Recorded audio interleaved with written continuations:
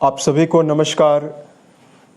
दोस्तों, तुला राशि वाले जातकों का इस चैनल पे स्वागत है। इस वीडियो में हम आपको बताने वाले हैं तुला राशि वाले जातकों के लिए साल 2025 में 15 से लेकर 31 जुलाई तक का समय कैसा जाने वाला है। जुलाई माह के इन 15 दिनों की समयावधि में राशि के ऊपर मौजूद जो ग्रही अवस्था है वो आपके जीवन में क्या प्रभाव देने वाली है।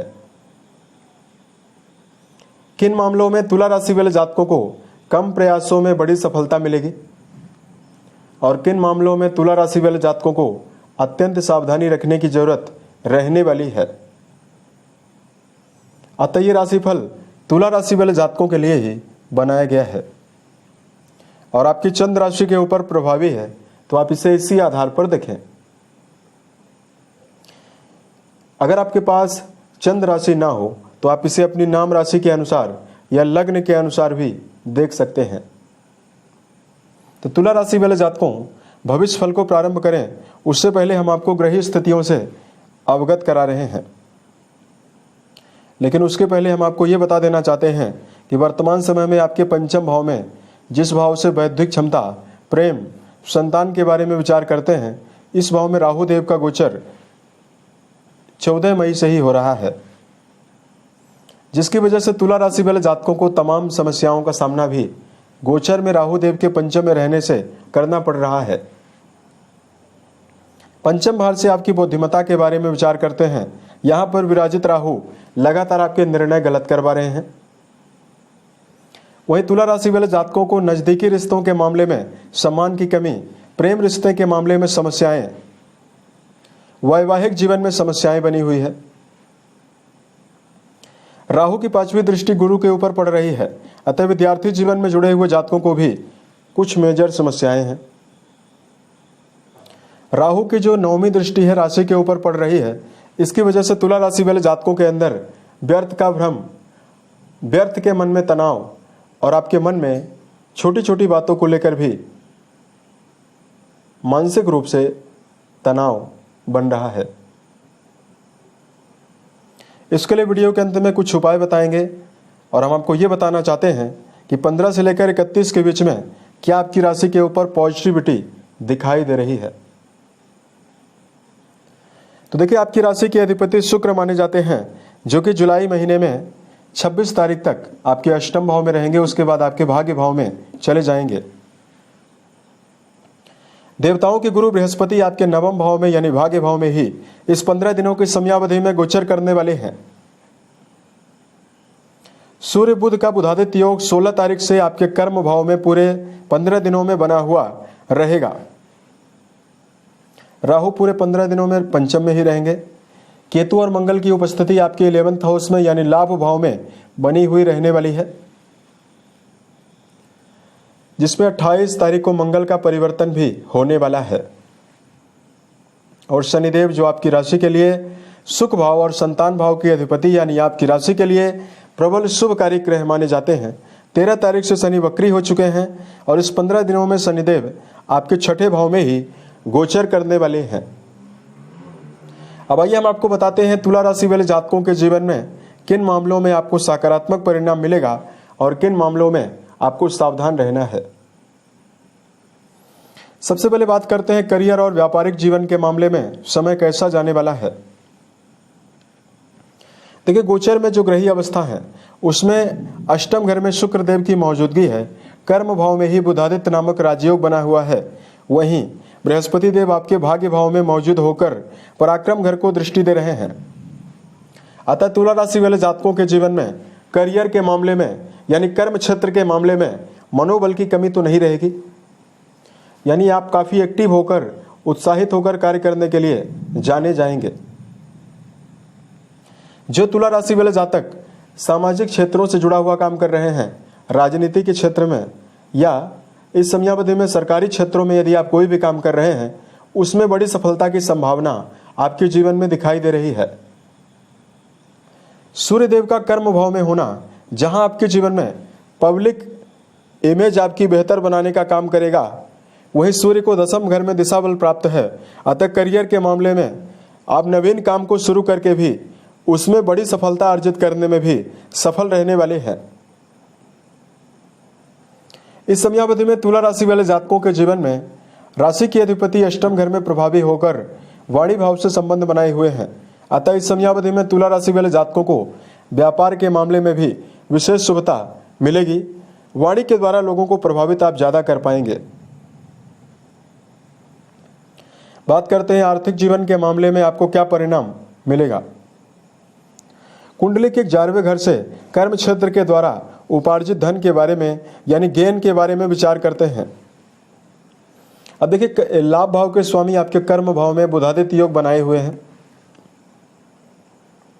वही वर्तमान समय में आपको बताना चाहते हैं अष्टम घर में राशि की अधिपति स्वराशिस्थ होकर मौजूद हैं। तो देखिए, धन के मामले में दो प्रकार की संभावना दिखाई दे रही है। जहां तुला राशि वाले जातकों के जीवन में सडन लाभ की संभावना बनेगी 26 तारीख तक। अचानक से रुका हुआ धन भी आपको मिल सकता है।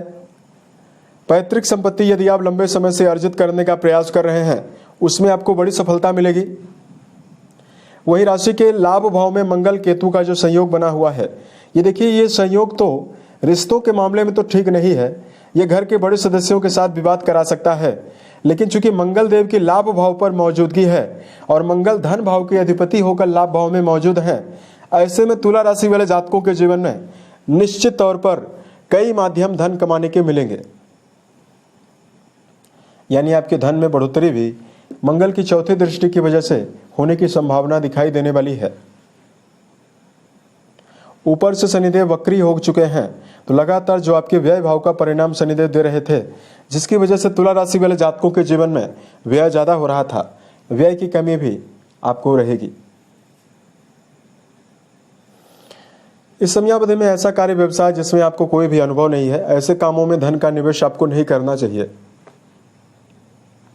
बात करते हैं पारिवारिक जीवन के मामले में क्या रिजल्ट आपको मिलेगा।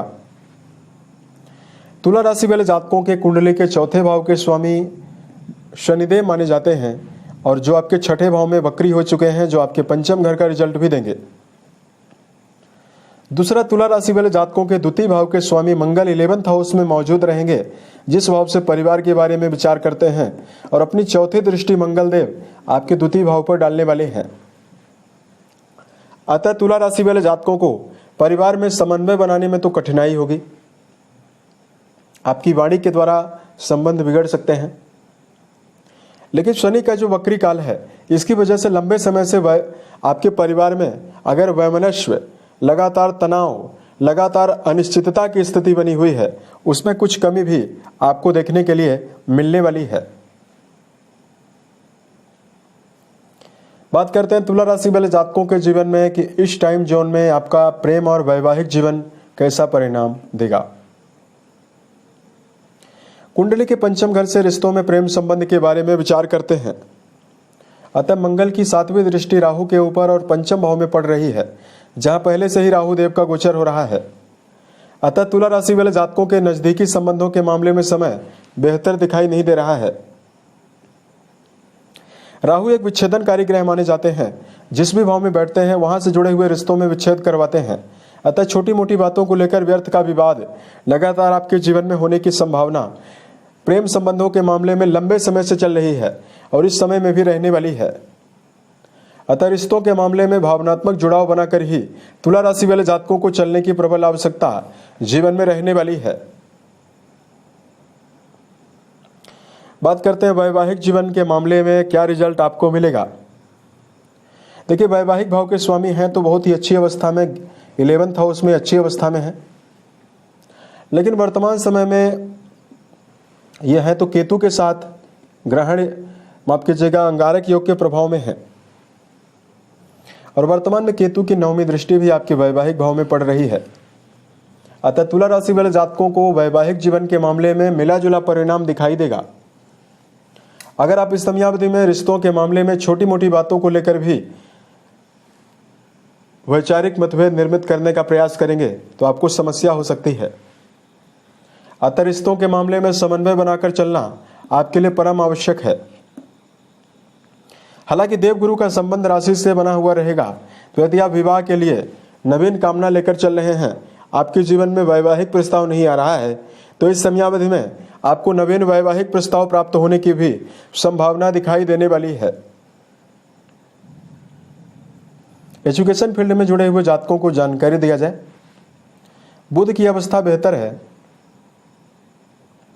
और गुरु आपके भाग्य भाव में यानी 9th हाउस में मौजूद हैं। अतः एजुकेशन फील्ड में जुड़े हुए जातक जो उच्च शिक्षा के मामले में जुड़ाव रखते हैं उनके लिए यह समय बेहतर है। लेकिन प्रारंभिक तौर की जो जातक पढ़ाई कर रहे हैं उनके जीवन में उनका मन जो है चंचल रहेगा। पढ़ाई कर रहे जातकों के मन के ध्यान की एकाग्रता की कमी लगातार बनी हुई रहने वाली है। अतः शिक्षा के मामले में जुड़े हुए जातकों को संभल कर चलने की आवश्यकता भी जीवन में रहने वाली। शिक्षा के मामले में जुड़े हुए जातकों को अपनी ऊर्जा शक्ति गलत जगह पर प्रयोग नहीं करनी चाहिए और इस समयावधि में आपको अपने ध्यान और एकाग्रता को बनाकर ही प्रारंभिक तौर की पढ़ाई कर रहे जातकों को चलना है। बात करते हैं तुला राशि वाले जातकों के जीवन में कि आप धार्मिक उपाय क्या करें। उससे पहले बात करते हैं सेहत के मामले में। देखिए, राशि के अधिपति अष्टम घर में 26 तारीख तक रहेंगे। उसके साथ साथ इस समयावधि में राशि के पंचम भाव में राहु देव का गोचर हो रहा है। जिन जातकों की उम्र 40 वर्ष से अधिक है उनको समस्या ज़्यादा मिलने की संभावना रहेगी। राशि के अधिपति का अष्टम घर में जो जाना प्रतिरक्षा की कमी यानी रोग प्रतिरोधक क्षमता की कमी निर्मित करता है। अतः तुला राशि वाले जातकों को जीवन में संतुलित भोजन खान पान की आदत को लेकर ध्यान देकर चलना होगा। विटामिन मिनरल्स वाले भोजन और इस समयावधि में हरी पत्तेदार सब्जियां, मौसमी फल, इन सभी चीज़ों का ज़्यादा सेवन करें। तामसिक भोजन ना करें। शराब, मांसाहार, धूम्रपान, इन सभी चीज़ों से भी बचने की आवश्यकता रहेगी। वाहन चलाते समय भी तुला राशि वाले जातकों को सावधानी बरतने की जरूरत भी रहने वाली है। देखिए, बात करते हैं तुला राशि वाले जातकों के जीवन में धार्मिक उपायों के बारे में। राशि के अधिपति शुक्रदेव माने जाते हैं। अतः तुला राशि वाले जातकों को शुक्रदेव का बीज मंत्र निरंतर जप करना जीवन में बेहतर परिणाम देने वाला है।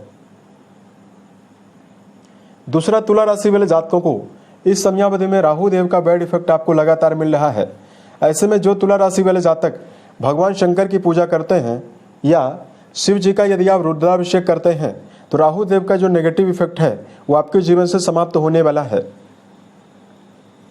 उम्मीद है ये जानकारी तुला राशि वाले जातकों को बेहतर लगी। यदि आप आने वाले समय में ज्योतिष, धर्म और दैनिक राशिफल से जुड़ा हुआ अन्य वीडियो यदि आप देखना चाहते हैं, इस चैनल को सब्सक्राइब जरूर करें। ओम नमः शिवाय।